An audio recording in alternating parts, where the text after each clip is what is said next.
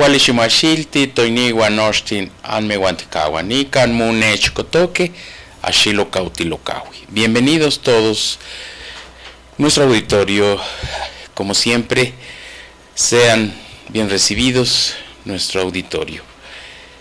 Aquí estamos Tonancintlali, nuestra venerable madrecita, por 2013 por la web. El día de hoy disertaremos un tema interesante que de continuo nos lo solicitan, y es el tonal y el náhuatl. Un tema un poquito difícil, pero interesante, y todo parte que nuestros antepasados, profundos observadores de la naturaleza, notaron un punto importante, que todo conlleva una dualidad. Todo lo existente se relaciona en una dualidad. El aquí, el allá, el arriba, abajo, izquierda, derecha, adentro, afuera, vida, muerte, noche, oscuridad, hombre, mujer. De esta manera entendieron, o vieron, observaron, que el mismo individuo está compuesto por una dualidad.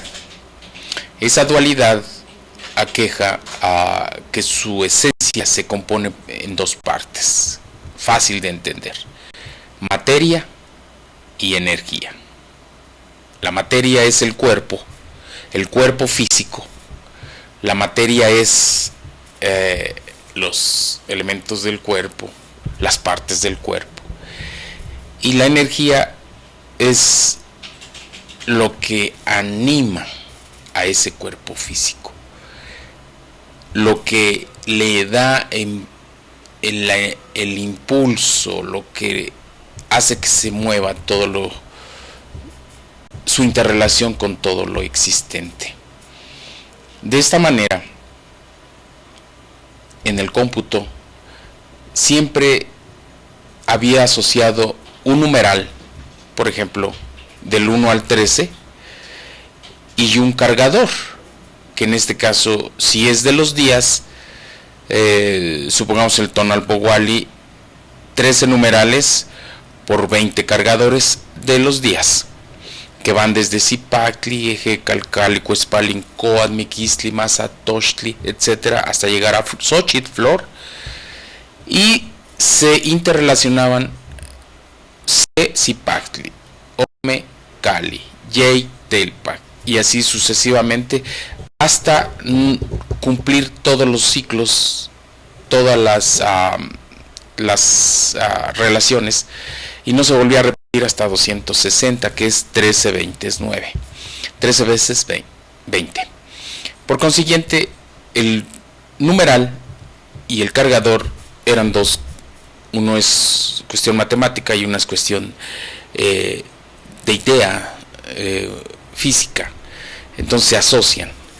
De este mismo modo, el cuerpo, el hombre, tenía dos partes: la parte espiritual y la parte física. Y notaron que estos se integran a lo largo de nuestra existencia, desde el mismo momento del desprendimiento, es decir, del nacer. Se integran perfectamente, y era de vital y trascendental importancia porque en el quehacer cotidiano uno refuerza al otro, uno soporta al otro en una perfecta correlación, en un perfecto equilibrio. He ahí que nuestros sabios de la medicina, siempre cuando un individuo entraba en desbalance, en enfermedad, lo primero que observaban y estudiaban era su yo interno, su parte esencial, porque se pensaba y se piensa todavía que cuando un individuo en su yo interno está en desbalance, tiene consecuencias en su plano físico, es decir, en su cuerpo hay descompensaciones, hay desequilibrios y por supuesto entra en enfermedad o en padecimiento, fruto de esa alteración. Y muchas de las veces, cuando el sabio en la medicina dejaba primero que el paciente expresara su malestar, su sentir, obviamente los síntomas, pero iba más allá. ¿Qué había pasado? ¿Desde cuándo? ¿Y por qué? Y generalmente, como sucede, es que todo empezó cuando me caí, todo empezó cuando me asusté, todo empezó cuando hice un coraje, todo empezó cuando me desconcerté o perdí algo, o un cambio de clima, etcétera. Entonces, en ese momento, el individuo, el paciente, iba externando, iba descargando, por así decirlo, su sentir, e iba dejando fluir mediante su expresión el mal que lo aquejaba. El Clamakasque, el Tizitl o el Tepachtiani, es decir, el médico, escuchaba atentamente mientras observaba al paciente. Observaba su aspecto físico en cuanto a su condición de salud, su expresión, la forma de hablar, la forma de mirar, el tono de su voz, que esos son signos que nos hablan exactamente de su situación espiritual. Una vez hecha esta relación, el sabio le administraba la medicina, que por supuesto eran fruto de tisanas, tés, emplastos, enjuagues, lavativas o purgantes o tés bebedizos, ¿verdad?